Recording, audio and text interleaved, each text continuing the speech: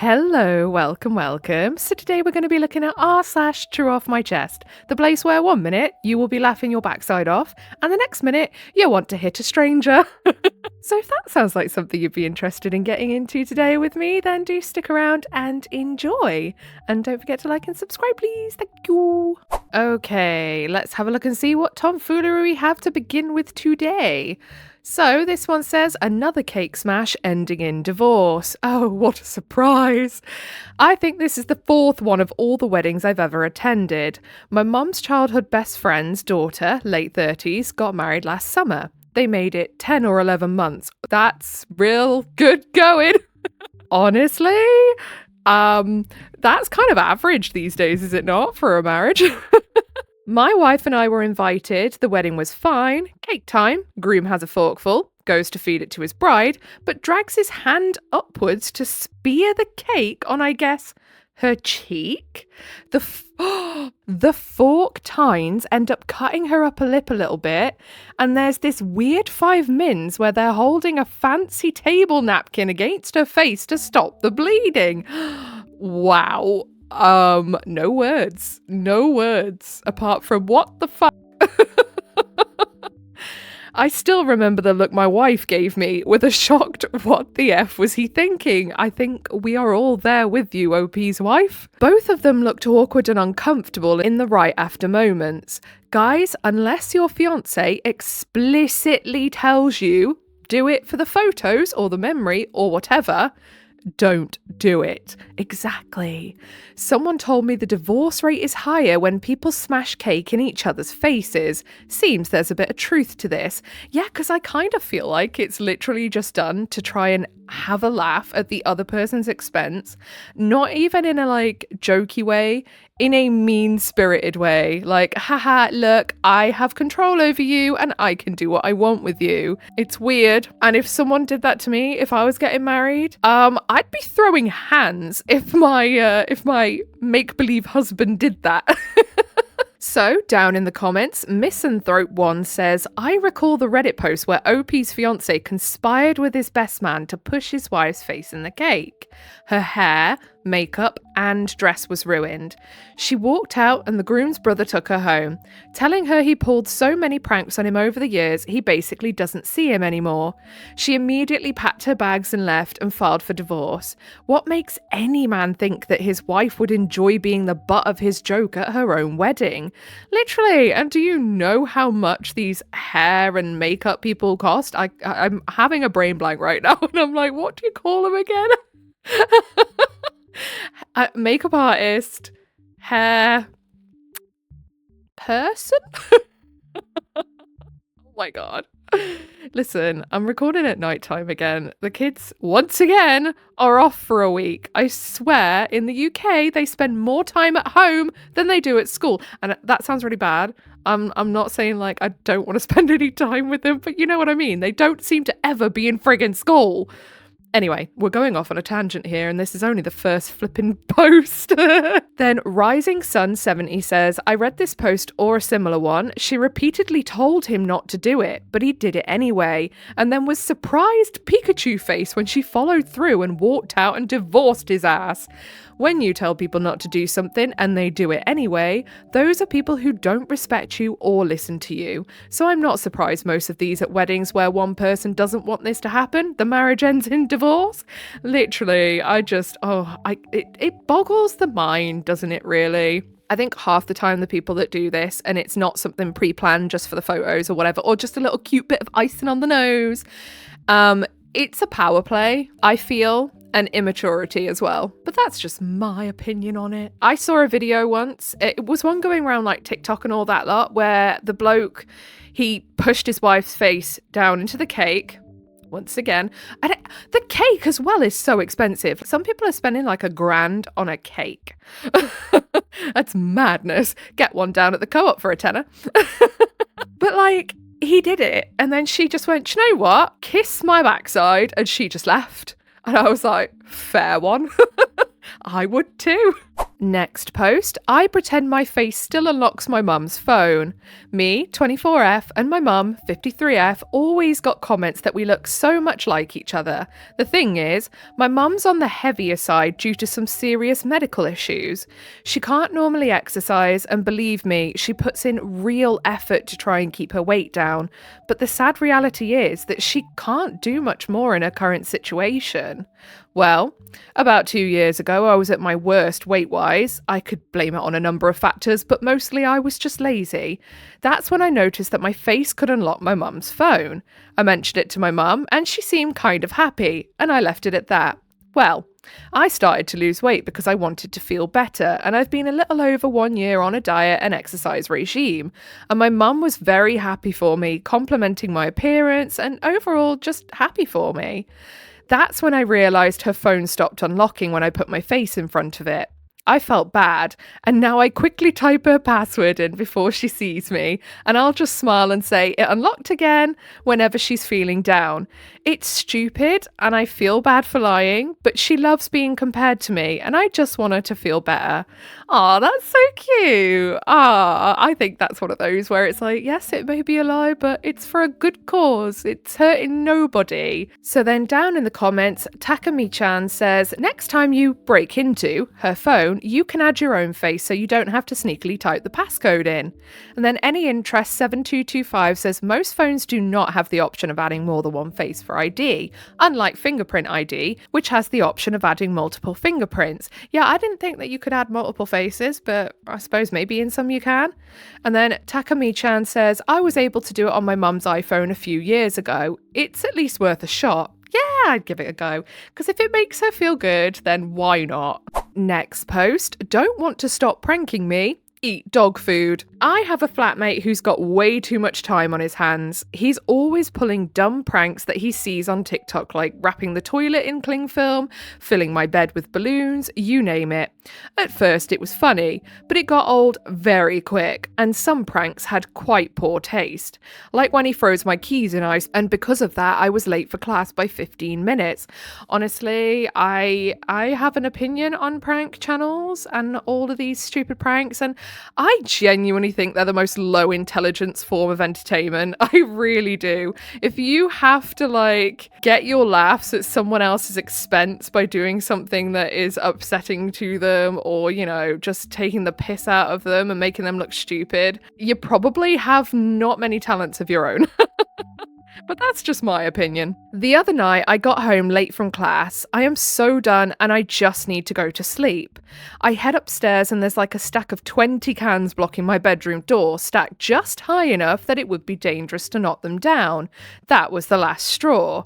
Instead of knocking them down and going to sleep, I sat down and carefully peeled the labels off every single one, returning them back to his shelf. I knew this would make his life hell, as the man lives off ready meal like cans, and he had no way of knowing until he opened the can, so he'd just have to eat what he gets. But I didn't stop there.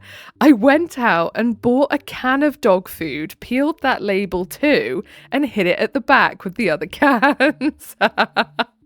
The next day, he sends a message in the group chat about the cans and that I went a bit far. Now he can't plan what he's having for dinner, but has no idea what is coming. I hope he likes dog food. I say perfect rebuttal to someone just being an absolute annoying little tit. I think another reason I hate prank channels is because I have a hugely high intolerance for cringe. Not in the way of cringe when someone's just being a little bit silly or something like that. Do you know when you see something happen to somebody else and it makes you physically cringe because you can feel how embarrassed they are? You feel that embarrassment for them. I hate that. I can't stand that. So then down in the comments, The World is on Fire 8377 said, send him a message back by saying, oh, I thought you thought pranks were funny. I was just joining in the fun. Literally. And then the OP replies, I will definitely do that if he ever does discover the dog food. And then Corgi King says, you did God's work, man. Crying because my husband's best friend drove 40 minutes to come and pick him up. My father-in-law is in the hospital. Me and my husband were with him, and my husband needed a ride home. I was spending the night at the hospital. He casually called his best friend and said, I need to get home, but don't have the car.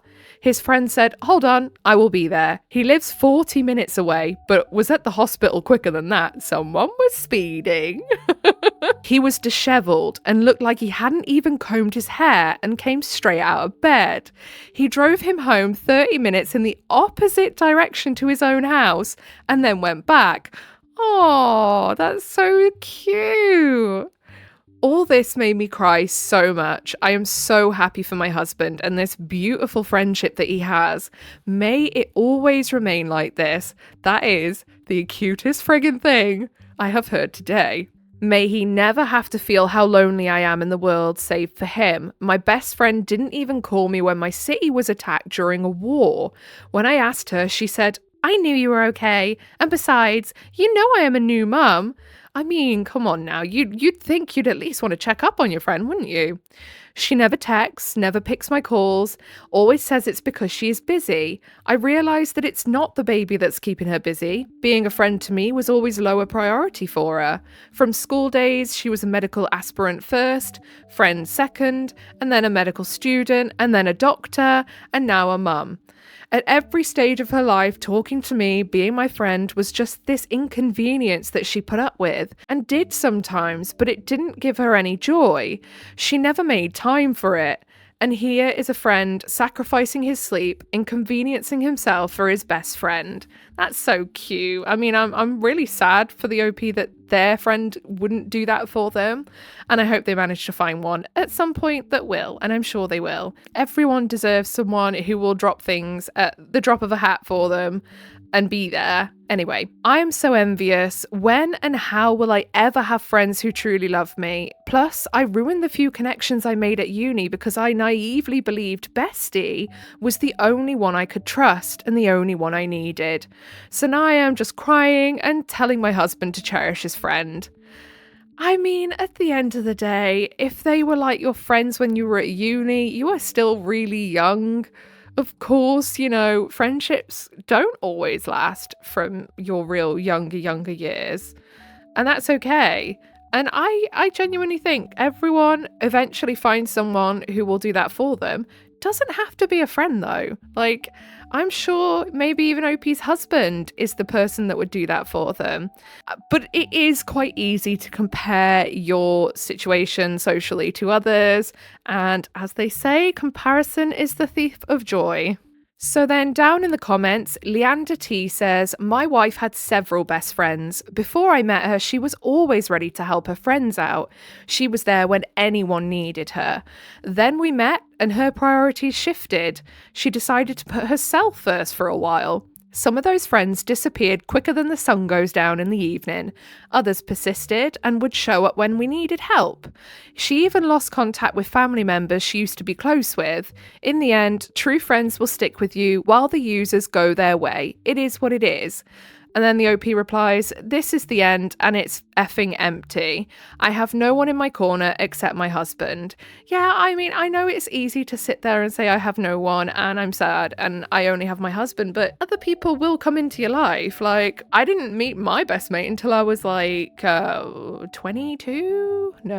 No, probably actually about 23, 24. It's one of those, isn't it? And as well, I think people seem to forget that friendships come in many different forms. Like, I know some people that are like, oh, you know, if this person wouldn't drop everything and come to me, but some of your friends might have the abilities to. They might have, you know, say for me, in my position, I have no childcare. I have no family around. I don't have people that I can, you know, leave my kids with to go and be with people if they needed me. I can be there on the other end of the phone, and I always will be, but I can't literally physically drop everything and be somewhere because A, I don't drive, B, I don't have childcare, and I always have at least one of the kids with me 24/7. So as much as I would love to be able to do that, I physically can't. And also health issues get in the way of that as well. But my friends understand that and they know that if I could, I absolutely would. And I think as you get older, you realize that you have to give people a certain amount of grace because there is things that will stop people from being able to do that. It's more so how they are there for you and available in other ways. So if they can't be there for you physically for whatever reason, but they're always there for you on the other end of the phone and, emotionally, mentally, that's still just as good. Because let's be honest, adult life gets in the way so bad of being able to do a hell of a lot of things that we would love to be able to do, especially when you start adding kids into the equation and things like that. Okay, last post. I defended a man accused of murder. Only decades later did I fully understand him. More than 25 years ago, I represented a man named Alvin Ridley. He had been ostracized most of his adult life, feared, misunderstood, and considered a bogeyman by many in his small Georgia town. When his wife died, he was accused of imprisoning her for decades and then offing her. Our relationship as a lawyer and a client lasted 15 months and was fraught with conflict. I tried everything I could to understand him, but I often walked away frustrated, even doubting myself. Slowly, we began to be able to work together, and we caught some breaks. After barring me from entering his home for 14 months, a turkey plate from my parents opened the door for me on Thanksgiving. Inside, I found thousands of handwritten pages his wife had left behind. They would help prove his innocence, but he insisted on keeping them close by, carrying them to court in 2 old suitcases. Also in the suitcases were scores of cockroaches that he released upon the courtroom.